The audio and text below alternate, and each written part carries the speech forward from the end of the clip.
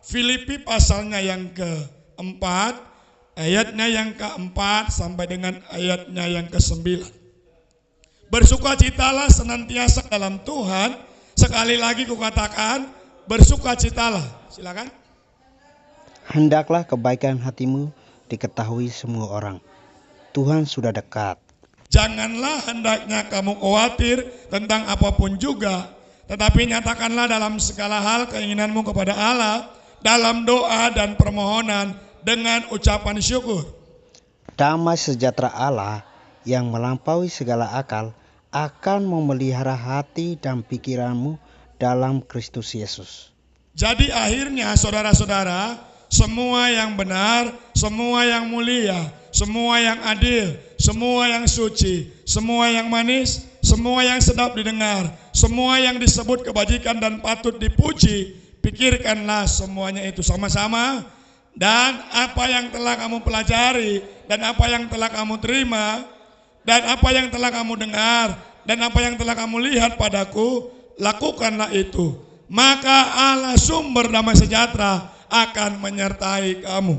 Percaya setiap jemaat Tuhan akan terus mengalami pertumbuhan rohani, akan terus mengalami pertumbuhan di mana kehidupannya dari anak-anak, dari dewasa sampai kepadanya senantiasa secara rohani pertumbuhan terjadi dalam kehidupannya.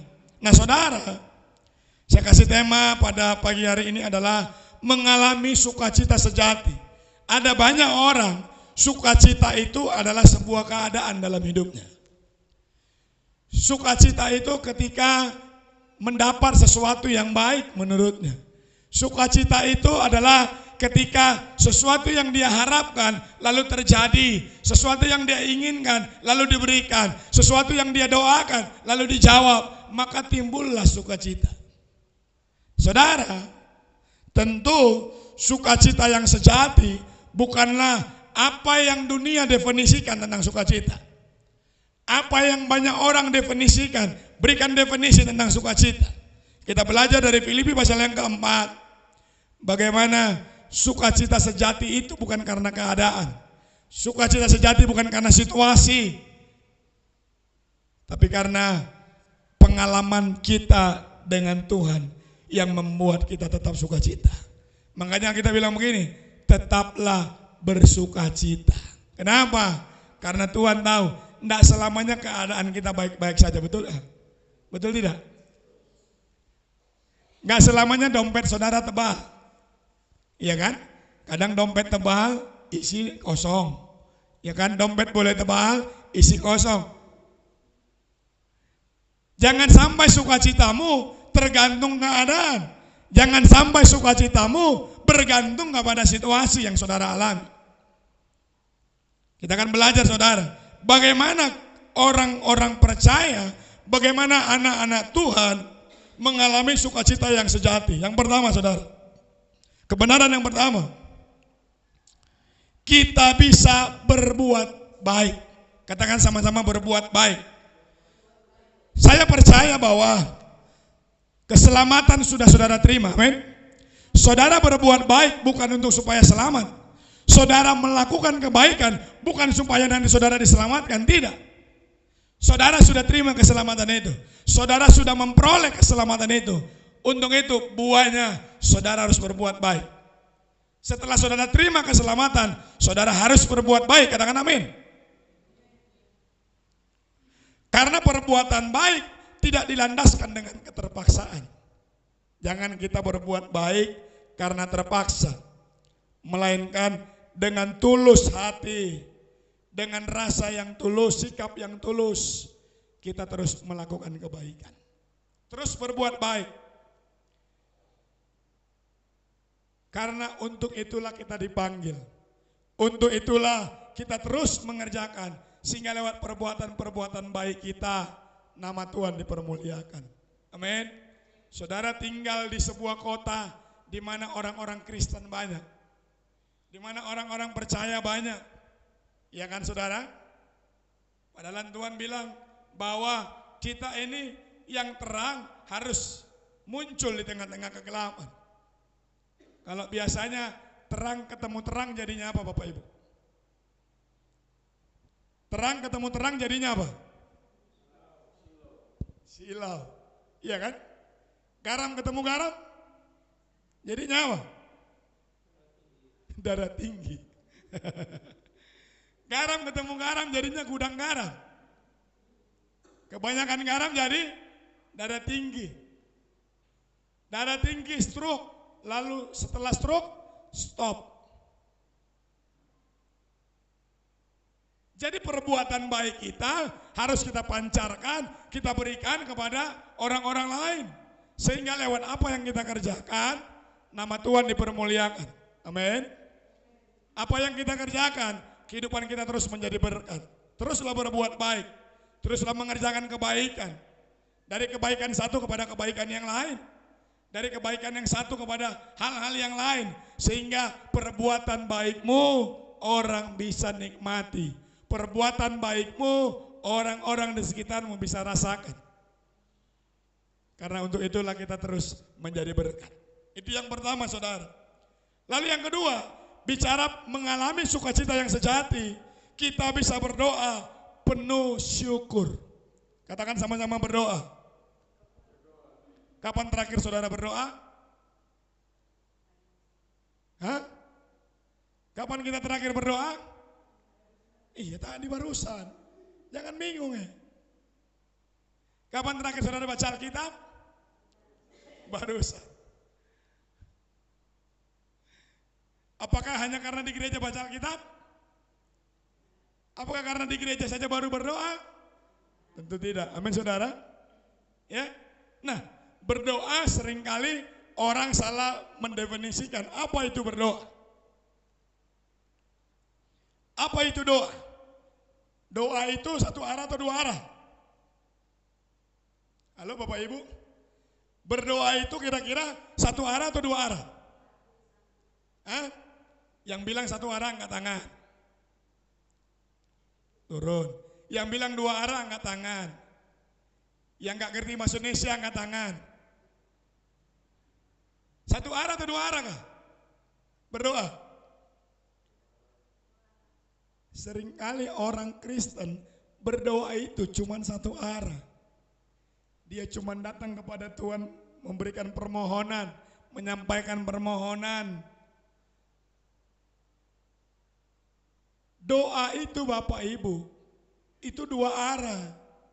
Namanya udah doa, D-O-A. Sederhananya, D-nya itu dialog, O-nya itu orang, A-nya itu Allah. Dialog antara orang dengan Allah. Dialog antara saya dengan Bapa di sorga. Dialog antara saudara dengan Bapa kita di sorga. Jadi dua arah Bapak Ibu. Seringkali orang hanya berdoa satu arah, hanya menyampaikan permohonan. Waktu Tuhan mau bicara sesuatu, kita so amin. Makanya kita nggak mendengar suara Tuhan. Kita nggak mendengar apa yang Tuhan mau. Kita maunya hanya kita kasih tahu maunya kita kasih tahu permohonan kita. Padahal Tuhan rindu juga mau menyampaikan isi hatinya buat setiap kita. Amin. Berdoa penuh syukur. Harus mengerti bahwa doa bukan cuma sekedar satu arah menyampaikan permohonan kepada Allah, tapi ada dialog antara kita dengan Tuhan. Ada kalanya kita sampaikan permohonan, renungkanlah, tunggu waktunya. Tuhan akan bicara sesuatu buat saudara. Makanya perlu waktu-waktu kita merenung, perlu waktu-waktu kita bersaat teduh. Amin saudara. Disitulah kita mendengar suara Tuhan. Berdoa dengan syukur. Karena berdoa bukan hanya aktivitas untuk meminta dan memohon, melainkan kesempatan untuk kita mengucap syukur. Kesempatan untuk kita berdialog dengan Tuhan. Kesempatan untuk kita terus membangun hubungan dengan Tuhan. Saya beritahu saudara, kekristenan itu bukan cuma agama. Kekristenan bukan cuma sekedar agama. Tapi bicara kekristenan, menjadi Kristen, murid Kristus, itu bicara relationship, hubungan, relasi. Jadi untuk kita ketemu dengan Tuhan, untuk kita terus membangun dengan Tuhan, harus dibangun yang namanya relasi. Dibangun hubungan dengan baik. Coba saudara, mungkin saudara punya usaha. Kalau saudara nggak bangun hubungan dengan relasi, dengan orang lain, kira-kira laku atau tidak usahanya? Sulit Bapak Ibu. Saudara punya tetangga, betul? Saudara nggak mau bicara-bicara dengan tetangga, kira-kira terbangunkah hubungan yang baik? Tidak. Harus ada dialog, harus ada bangun hubungan, percakapan, ngobrol. Supaya apa? Terbangun relasi. Harus kita bangun relasi dengan Tuhan. Sebab kekristenan terus mempertahankan, mengupayakan, mengerjakan agar tetap hubungan kita baik dengan Tuhan. Agar tetap kualitas kekristenan kita terjaga dalam kehidupan kita. Amin saudara. Supaya lewat hidup saudara, saudara tetap punya hubungan yang terbaik. Ketika saudara punya hubungan yang terbaik dengan Tuhan, maka dengan sendirinya kualitas rohanimu pun akan terbangun. Kualitas hidupmu pun akan terus ditingkatkan. Katakan amin. Itu yang kedua saudara. Yang ketiga, bagaimana kita menjadi orang percaya yang mengerti bahwa sukacita sejati itu berasal dari Tuhan. Yang ketiga adalah kita bisa memikirkan hal-hal yang baik. Sama-sama bilang, pikirkan hal yang baik. 2, 3, ya. Rasul Paulus bilang begini, sebenarnya aku ingin selalu memikirkan hal-hal yang baik, tapi pada kenyataannya, kenapa justru hal yang jahat yang aku lakukan? Betul tidak saudara? Tidak ada kita pada dasarnya orang jahat, nggak ada. Selalu kita berharap memikirkan hal-hal yang baik. Pada awalnya kita pikirkan yang baik-baik, tapi pada kenyataannya seringkali pikiran kita terkecoh, pikiran kita terganggu, sehingga perkara-perkara yang jahat yang kita kerjakan. Harusnya pikiran kita latih untuk apa? Memikirkan hal-hal yang baik. Jangan kau lihat orang langsung negatif. Lihat tetangga, langsung kita bilang ini tetangga nggak dekat Tuhan ini, neraka dia punya bagian ini, ya kan? Jangan hal-hal yang negatif yang kita bicarakan, jangan hal-hal yang negatif yang kita sampaikan tentang orang lain. Bangun pikiran kita, bangun apa yang kita pikirkan selalu untuk hal-hal yang baik. Selama sukacita Allah menguasai kita, maka pikiran kita akan terus dipenuhi dengan pikiran Kristus. Sama-sama bilang pikiran Kristus. Pikiran Kristuslah yang akan menguasai pikiran kita. Ketika kadang-kadang kita memikirkan hal-hal yang buruk, hal-hal yang negatif, hal-hal yang jahat, izinkan pikiran Kristus yang akan memperbaharui, mengubah pikiran kita. Karena kita memikirkan apa yang Kristus pikirkan, yaitu apa? Bagaimana mempersembahkan yang terbaik bagi Dia. Pikirkanlah dalam kehidupan kekristenan, bagaimana hidup kita ini hari demi hari harus lebih baik. Hari ini harus lebih baik dari hari kemarin. Hari esok harus lebih baik dari hari ini. Selalu hal-hal yang baik yang kita pikirkan. Perkataan kita pun harus lebih baik dari kemarin. Kadang saudara, tidak selamanya kita menyenangkan orang lain. Betul tidak? Kadang-kadang kita menjengkelkan orang lain. Kadang-kadang kita nggak jadi berkat. Harus terus dipelihara bahwa dimulai dari pikiran saudara. Pikirkanlah hal-hal yang baik. Pikirkanlah hal-hal di mana saudara menjadi berkat buat orang lain. Bagaimana hidup saudara harus mempersembahkan yang terbaik untuk Tuhan. Jangan kasih yang setengah-setengah. Kira-kira waktu saudara berdoa, saudara minta berkat Tuhan. Apa yang saudara minta? Katakanlah saudara minta kendaraan bermotor, lalu Tuhan kasih setengah. Saudara mau? Saudara katakanlah minta sepeda, Tuhan kasih setengah saja sepedanya. Saudara mau? Tapi seringkali kita mau minta yang terbaik, kita seringkali mau terima yang terbaik, tapi pada perilaku kita, pada sikap kita, kita tidak mau berusaha untuk memberikan yang terbaik. Harusnya apa yang kita minta, kita kerjakan dulu bagian kita yang terbaik. Kita lakukan dulu yang perkara-perkara yang terbaik, di mana kita harus terus berusaha, berjuang, mempersembahkan segala sesuatu yang terbaik. Maka urusan Tuhan memberi itu tidak usah kita pikirkan. Tuhan pasti setia dengan janjinya. Amin. Tuhan pasti melakukan yang terbaik, mengerjakan yang terbaik. Karena dia akan selalu memenuhi, mencukupkan segala yang terbaik untuk setiap orang-orang percaya, untuk setiap kita. Mari, lakukanlah hal-hal yang terbaik, kerjakanlah yang terbaik. Pikirkanlah hari ini apa kira-kira yang kita mau lakukan yang terbaik. Besok apa, lusa apa, selalu lakukan dengan cara-cara yang terbaik. Cara-cara yang terbaik. Karena untuk itulah kita dipanggil, saudara. Yang berikutnya, saudara, bagaimana supaya sukacita sejati itu kita alami dalam hidup kita. Kebenaran yang berikutnya adalah kita bisa mentaati firman Tuhan. Sama-sama bilang taat firman. 2, 3 ya. Taat firman ini jangan kompromi, saudara. Namanya saja sudah taat, T-A-A-T. Mau dibaca dari kiri ke kanan, dari kanan ke kiri sama, taat juga. Artinya apa? Taat itu lakukan saja. Nggak usah saudara pikir-pikir, saudara pertimbangkan, lama-lama saudara nggak akan mengerjakan. Ketaatan kepada firman itu mutlak harganya. Karena dengan taat firman-lah maka hidup kita terus dalam jalur Tuhan. Amin.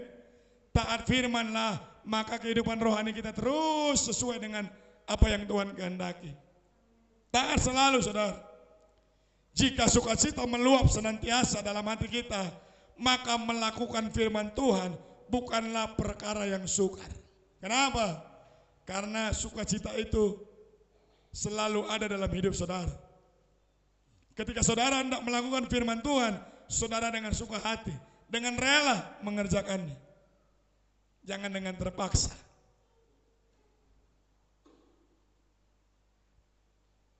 Rela, suka hati, senang jika melakukan firman Tuhan. Jangan sampai kita melakukan firman kita banyak pertimbangan, kita banyak pikiran. Jadilah pribadi-pribadi, orang-orang percaya yang taat melakukan firman. Katakan amin.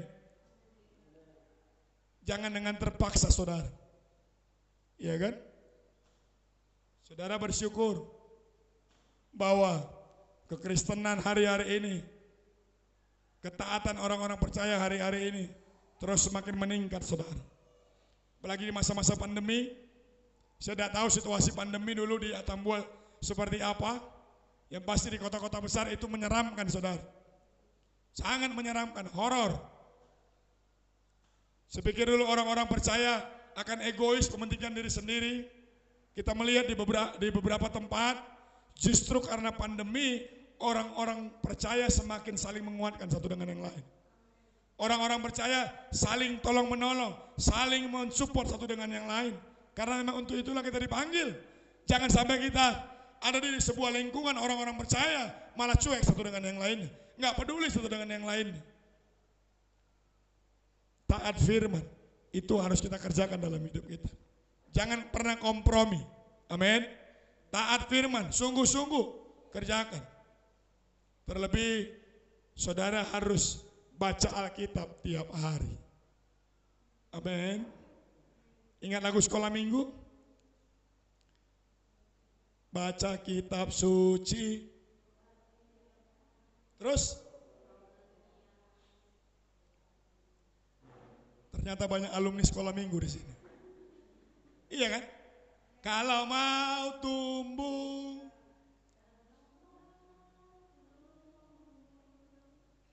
baca kitab suci.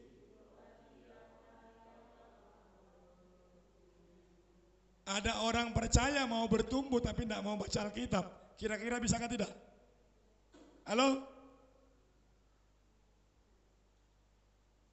Di tempat kami saudara, jemaat bukan saya himbau lagi, saya paksa.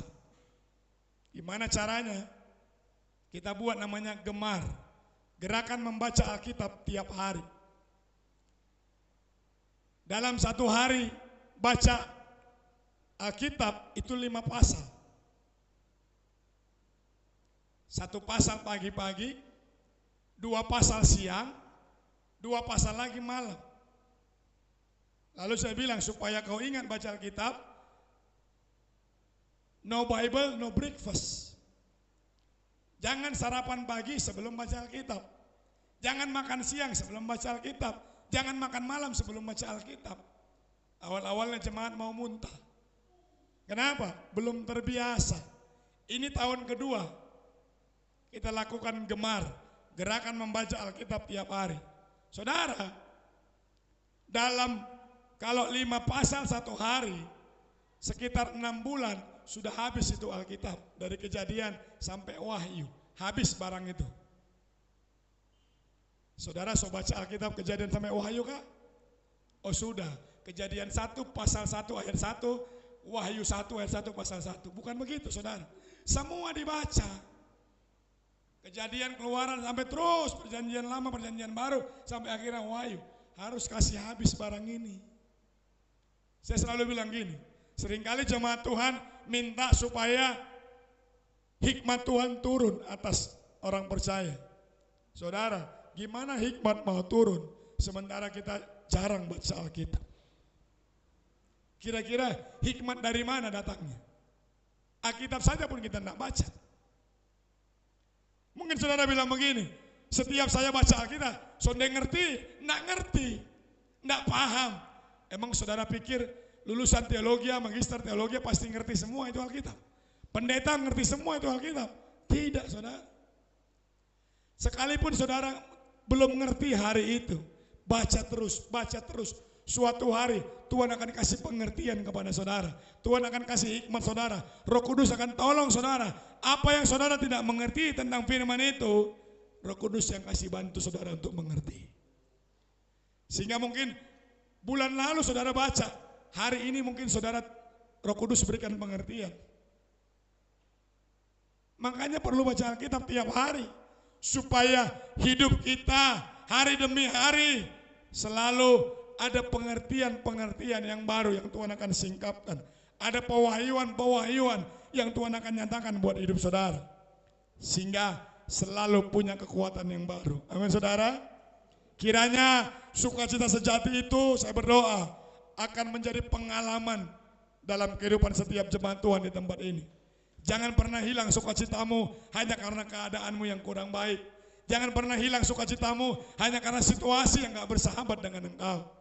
Apapun keadaan saudara, apapun situasi hidupmu, tetaplah ambil keputusan untuk tetap bersukacita. Jangan izinkan situasi mengambil sukacitamu. Jangan izinkan orang lain mengambil sukacitamu. Tetaplah buat keputusan yang tepat. Bersukacitalah senantiasa. Sekali lagi Tuhan katakan, tetaplah bersukacita. Amin buat firman Tuhan.